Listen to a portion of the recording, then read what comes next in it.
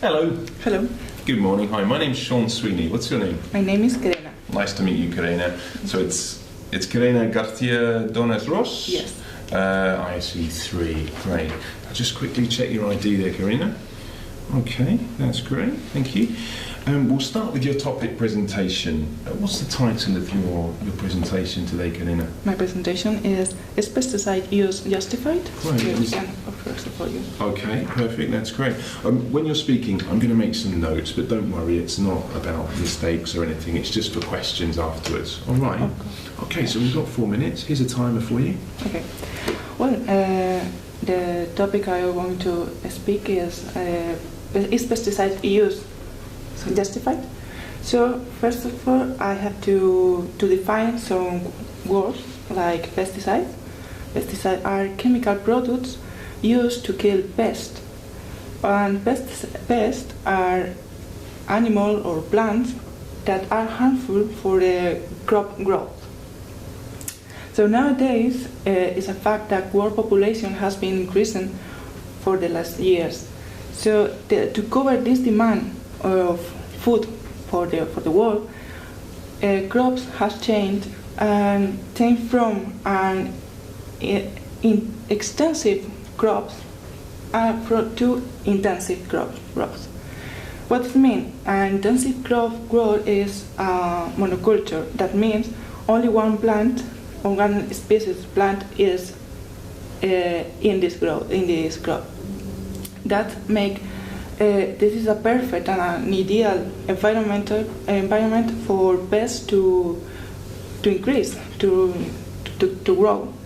So it's necessary to use some kind of this product to control this pest. Looking at some FAO studies, it shows that worldwide there are over 600 insect pest insects and several thousand of weeds that are beneficial for the crops. Also, 500 fungal and bacterial diseases. So, how I say before, to control these factors, we need to use pesticides. According to FAO, not using this pesticide will decrease in 25% the world production. Also, on the other hand, these products are harmful and is worse for cause a really serious problem for the environmental. The main problem is biodiversity reduction. That means because this pesticide kill beneficial insects that are predators for the harmful insect like pests. Also kill weeds that are used as food for the beneficial insects, so they reduce. Another to have in consider is the problem with the persistence of this product, this chemical product. One of the solutions for those problems is using a non-persistent pesticide or another very nowadays which is so useful that is biological control. Is for example introducing ladybugs to eat aphids. This is the way to use that plaguicide. This is my topic. If you have any question, Thank you. Yes. Yeah, I'd like to discuss some of the points you made, if I could. So, it seems to me that you're saying we should use fewer pesticides. Is that fair? Use less pesticide, but it's impossible to stop using it because of the economical interest. Right. Is that the only reason? Do you think it's really possible to go back to, I don't know, a mixed farming, extensive crop growth system? It is difficult, but because of all the political and economical interest of the chemical industries or governments, but I think if everyone wants, it could be back to the correct growth. But the world population is so much bigger now compared to when we did have the old system. Yeah, we need intensive crop, but also FAO is searching for new ways to feed people in the world. Okay. One possible solution that's been raised to this sometimes is the use of genetically modified crops. If we have some crops which are resistant to pests, we don't need the pesticides in a chemical form. What's your opinion? Yeah, I agree with genetically modified. Well, you know, there's two different GMO or OMG. The difference are you use engineering to grow it, to create it. So you modify the ADN, DNA, and in the other way you only select the best plants, for example, like a natural reproduction, but you choose the better. So choosing the best, you get this kind of no, it's not genetical modified, like cutting DNA and something again. So what's the difference? I mean, one's better than the other, or? Well, depends on the people. Sometimes people say the modifying the DNA is playing to be good. Right. Okay. So it comes down to that. Yeah, it's more playing with the information inside the organism. Okay. In the past, of course, you know, if there was a famine or a blight, crops were wiped out, people died of starvation.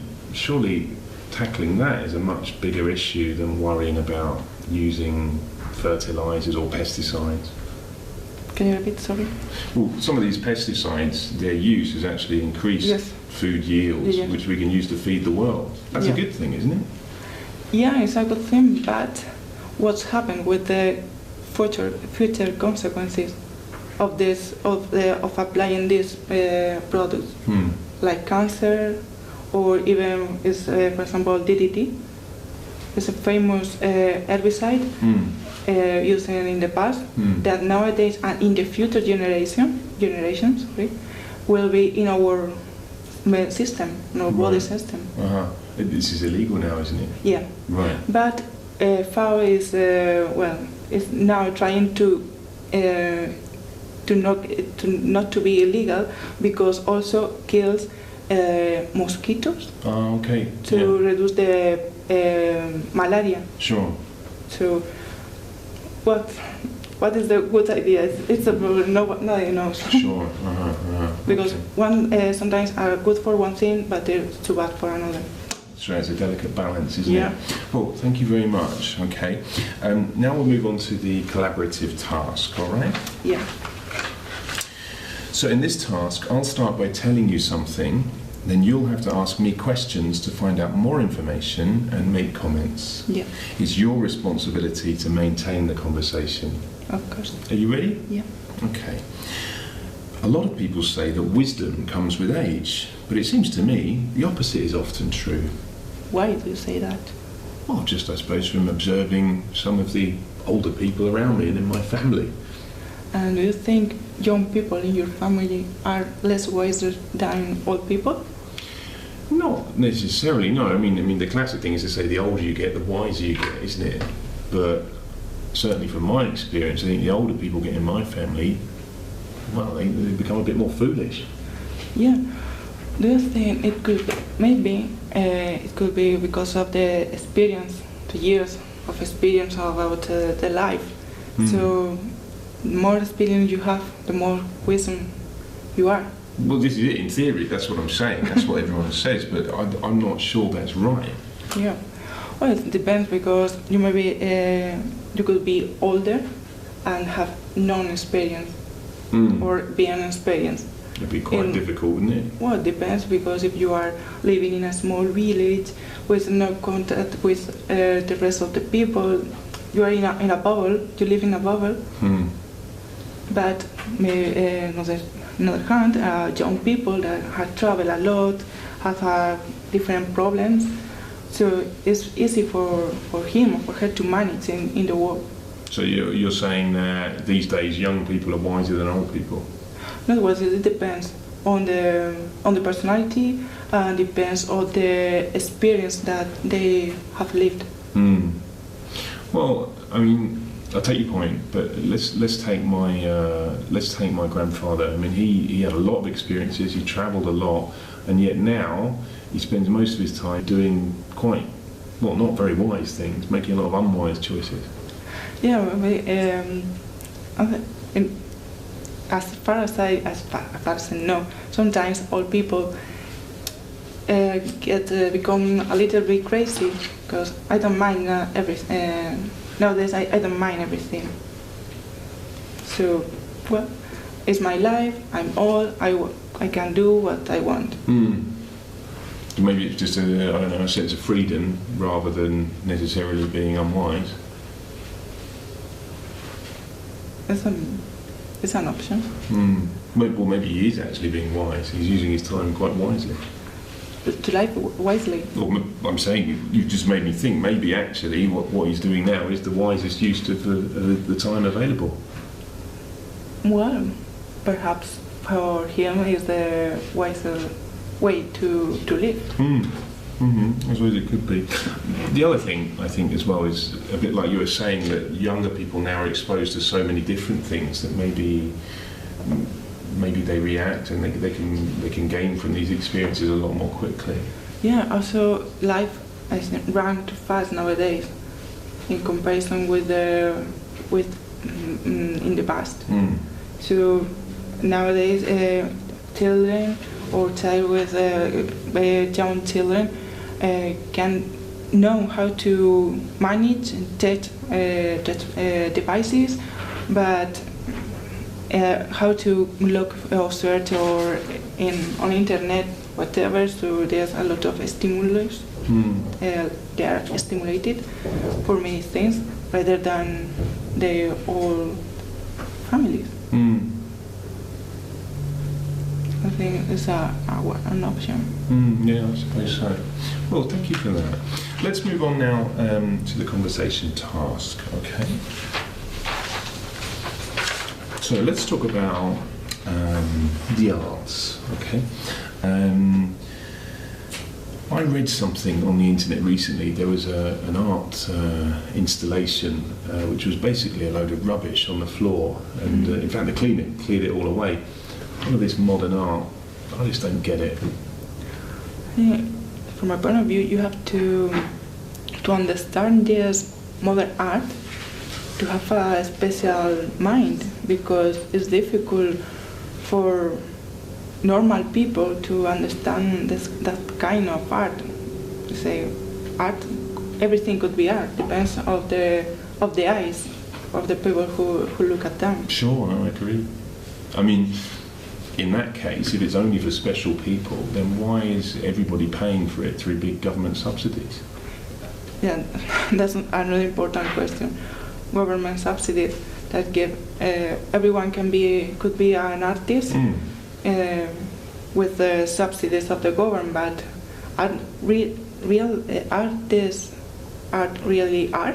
I don't know exactly. I don't understand that kind of art. I think art is something you can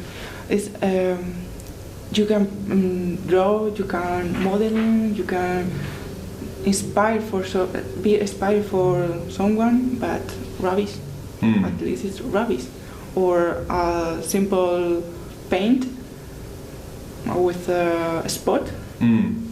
What does that mean? Maybe for the artist means their inner sense or something like that. But what do you think it is that makes somebody want to become an artist? I think to become an artist, you have to have something special inside you. Not everybody can be an artist. For instance, I can't be an artist because I draw the worst way you can imagine. I can sing. I can do anything creative. But what if you'd been encouraged more as a child? Sorry? What if you'd been encouraged more as a child? Do you think you'd be able to nurture some talent? Or? It's something you have to work with. No, okay, you can go to drawing classes, but at least you have the essence of that. So you don't. If you'd gone to drawing classes, it wouldn't have made any difference. You don't think? Maybe I can improve my skills, but I want to be an artist. Right. Okay. Okay. Well, thank you very much. Okay. Now we'll move on to the independent listening task. Okay. So you're going to hear part of a lecture about the media. You'll hear it twice. The first time, just listen. Then I'll ask you to summarise the talk in 1 or 2 sentences. Okay. Are you ready? Yep. ISE III Listening Task. There is nothing new about media panics.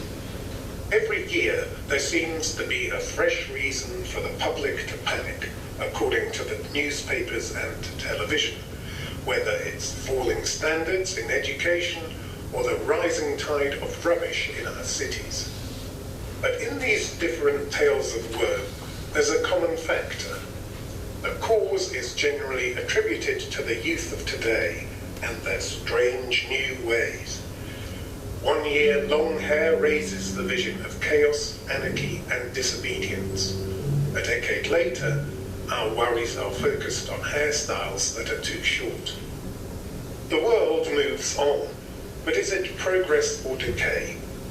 It's a bit like the glass half full or glass half empty example, more a matter of perception than having any actual basis in reality. Our fears in the 21st century centre on advances in technology. Despite enjoying all the benefits, we feel pessimistic about the consequences. People claim they're not worried for themselves, but for those who have less judgment, the young, the less educated. Yes, there's convenience and enjoyment to be had in modern computer technology, but surely there must be a downside. Think, for example, of what has happened to language and communication.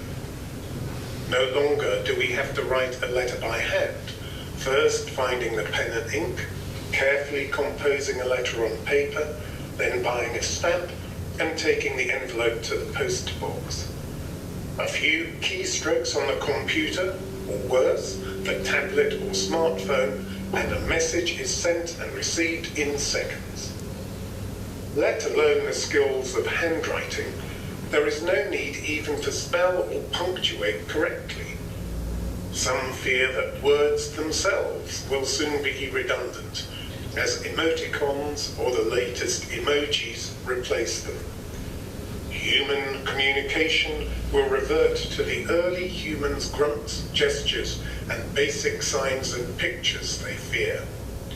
There are regular news stories, after all, about children beginning to use text message abbreviations in their school essays.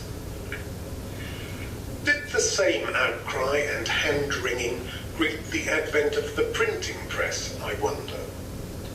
This invention of Johannes Gutenberg's in the 15th century revolutionized language and communication, replacing the laboriously handmade book with the potential to produce multiple copies with ease.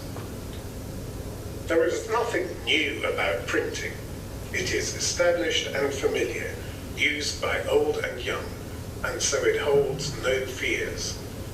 We would hate to do without the comfort of ready access to print. And yet, when the printing press first emerged, this new young invention was also viewed with suspicion by society's elders. So, can you tell me in one or two sentences what the speaker was talking about? Well, the speaker was talking about new technology, how developing technology make our skill less. We have less skills, for example, in writing than before. Thank you. Okay. Now listen to the talk again, and this time make some notes as you listen if you want to. Then I'll ask you to tell me the speaker's attitude to media panics in general, and in particular concerns about the effects of technology on language use. Okay? There is nothing new about media panics.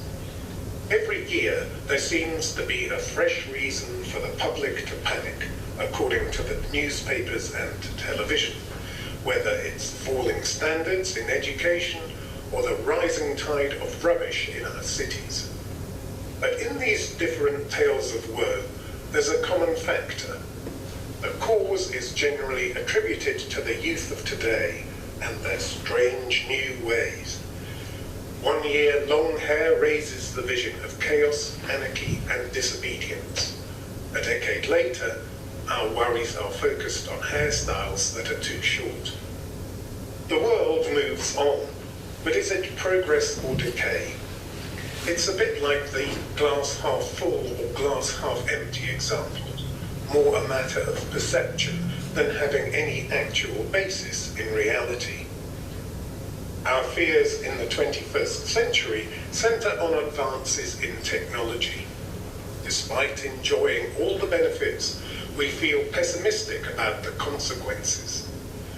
People claim they're not worried for themselves, but for those who have less judgment, the young, the less educated. Yes, there's convenience and enjoyment to be had in modern computer technology, but surely there must be a downside. Think, for example, of what has happened to language and communication. No longer do we have to write a letter by hand, first finding the pen and ink, carefully composing a letter on paper, then buying a stamp and taking the envelope to the post box. A few keystrokes on the computer, or worse, the tablet or smartphone, and a message is sent and received in seconds. Let alone the skills of handwriting, there is no need even to spell or punctuate correctly. Some fear that words themselves will soon be redundant, as emoticons or the latest emojis replace them. Human communication will revert to the early humans' grunts, gestures, and basic signs and pictures they fear. There are regular news stories, after all, about children beginning to use text message abbreviations in their school essays. Did the same outcry and hand-wringing greet the advent of the printing press, I wonder? This invention of Johannes Gutenberg's in the 15th century revolutionized language and communication, replacing the laboriously handmade book with the potential to produce multiple copies with ease. There is nothing new about printing. It is established and familiar, used by old and young, and so it holds no fears. We would hate to do without the comfort of ready access to print. And yet, when the printing press first emerged, this new young invention was also viewed with suspicion by society's elders. Now tell me the speaker's attitude to moral panics in general, and in particular concerns about the effects of technology on language use. You have 1 minute to talk. Okay. Well, the attitude of the speaker is not surprised about media technology nowadays, but according with the language, he is pessimistic because we are less skilled than we were before. Because of the now we are going to go a step back, using basic things when we are writing text message and icons, emoticons. The handwriting also is not used because we use typing letters to write letters or talks, whatever. And also, but according with print that was used a long time before, since Gutenberg, it's not present fear. It's not fear for the speaker. Thank you, Karena. Okay. That's the end of the test. It's been very nice talking to you. Thank you. Thank you. Bye-bye. Bye.